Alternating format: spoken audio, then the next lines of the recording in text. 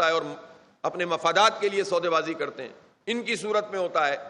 تو یہ جو پورا ایک طبقہ ہے ایلیٹ کا، ایلیٹ کیپچر جسے ہم کہتے ہیں، انہوں نے کیا ہوا ہے اور عام آدمی پہ اس کا بوجھ ڈالا. اگر عام آدمی میں یہ شعور نہیں آئے گا، اگر عام آدمی کو نہیں پتا ہوگا کہ لیوی کیا چیز ہوتی ہے، ان کو نہیں معلوم ہوگا کہ یہ آئی پی پیز کیا ہے، تو یہ تو مزید ڈاکہ ماریں گے، یہ تو مزید کھا جائیں گے. نہیں پتا ہوگا لوگوں کو کہ حکومت کے اخراجات میں کتنا اضافہ ہو گیا ہے، کون کون سی گاڑیاں کتنے سی سی کی سرکار کے خرچے پہ استعمال ہو رہی ہیں.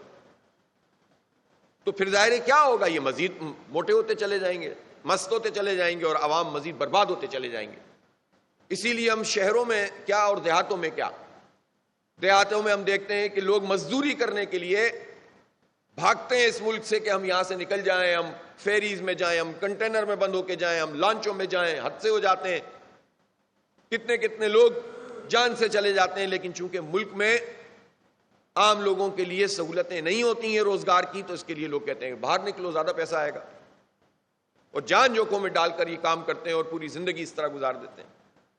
اسی طرح جو شہری آبادی کے نوجوان ہیں، بمشکل اگر وہ تعلیم حاصل کر لیں تو ان کی تعلیم کے مطابق ان کو سہولتیں نہیں فراہم کی جاتی، جس کی وجہ سے ایک دوڑ لگتی ہے کہ ہمیں باہر جا کر اچھی جاب حاصل کرنی ہے. حالانکہ پاکستان میں اس کی گنجائش موجود ہے کہ اس پورے ٹیلنٹ کو ہم استعمال کر کے اپنا انفراسٹرکچر بھی ٹھیک کریں اور اپنے آپ کو ڈیولپ کریں، لیکن یہاں کوئی قدر ہی نہیں ہے. تو اس کے نتیجے میں لوگوں میں مایوسی پیدا ہوتی ہے.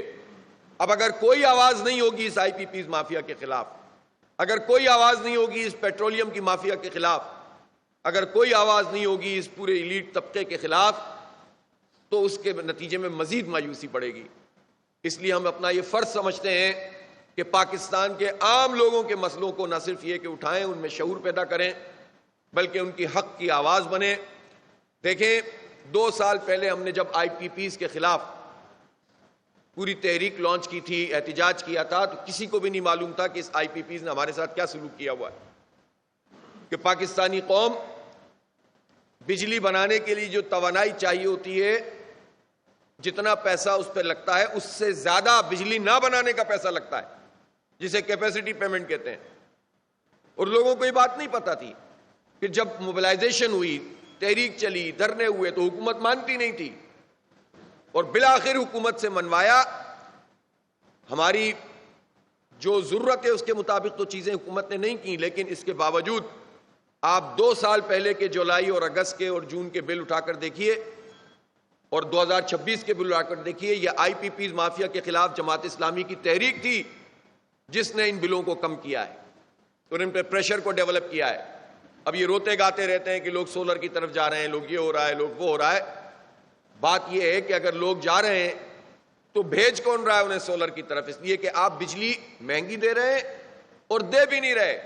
اس وقت پاکستان میں، خاص طور پر پنجاب میں اور کے پی میں دیکھتا ہوں کہ یہاں لوڈ شیڈنگ کا دورانیہ 6 گھنٹے، 8 گھنٹے، 10 گھنٹے، 15 گھنٹے یہ اس وقت بھی چل رہا ہے. کوئی پوچھنے والا نہیں ہے. وہ بھائی جب بجلی بھی زیادہ ہے تو آپ نے اس پورے عرصے میں کیا جھک مارا ہے کہ آپ نے سسٹم کو بھی اپ گریڈ نہیں کیا؟ بجلی موجود ہے، آپ ٹرانسمٹ نہیں کر سکتے. پیسے آپ کہاں لگا رہے ہیں؟ 8,000 ارب روپے سے زیادہ پیٹرولیم کی لیوی، پیٹرولیم ڈیولپمنٹ لیوی کے نام پر وصول کیے ہیں، اور 8,000 ارب روپے جب سے یہ لیوی لگ رہی ہے، اور گزشتہ یہ 4-5 سال میں تو انہوں نے 7,000 ارب روپے سے زیادہ وصول کیے. یہ پیٹرولیم ڈیولپمنٹ لیوی کیوں تھی؟ کہ ہم اپنی ریفائنری کی کیپیسٹی کو بڑھائیں گے تاکہ ہمیں امپورٹ جو ہم آئل کرتے ہیں وہ آئل، ہمیں کروڈ آئل زیادہ سے زیادہ امپورٹ کریں اور اپنی سٹوریج بڑھائیں گے. کروڈ آئل زیادہ امپورٹ کریں گے، خرچہ کم ہو جائے گا، پیٹرول سستا ہو جائے گا. اور ہمیں ریفائنڈ آئل جب ہم لیتے ہیں تو ہمارا بل بڑھ جاتا ہے، ہمیں ڈالر بھی زیادہ دینے پڑتے ہیں، ہمارا مہنگا بھی ہو جاتا ہے. کتنی آسان سی بات تھی اور کیسی خوبصورت بات تھی کہ جناب لیوی لگائیں گے تو یہ ہو جائے گا. اب لیوی لگائی عام آدمی پہ، بائک والوں پہ، چھوٹی گاڑیوں والوں پہ، پیسے وصول کیے اور اس مد میں پیسے خرچ نہیں کیے. ورنہ ہمارا بلینز آف ڈالر کا امپورٹ بل کم ہو جاتا، ہماری معیشت ویسے ٹھیک ہو جاتی. تو یہ کس کی نااہلی ہے؟